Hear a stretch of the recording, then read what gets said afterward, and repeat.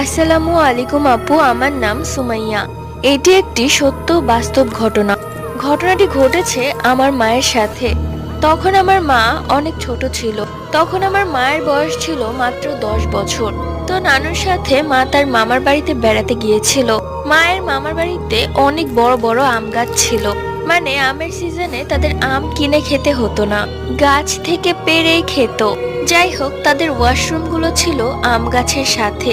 রাতের বেলা মায়ের টয়লেটে যাওয়ার প্রয়োজন হয়, তাই মা উঠে একা একাই টয়লেটে যায়। মা যখন টয়লেটে বসেছিল তখন মা শুনতে পায় যেন ন্যাকা গলায় হি হি করে হাসছে, আবার কান্না করছে। এসব শুনে মা বেশ ভয় পেয়ে যায়। সে ভাবতে থাকে কিভাবে বাসায় ঢুকবে। একটু পরেই ফজর আজান দিয়ে দেয়। তখনই সবকিছু নিস্তব্ধ হয়ে যায়, আর মা দৌড়ে বাসায় চলে যায়। গিয়ে নানুকে সবকিছু খুলে বলে। তখন নানু বকা দেয়।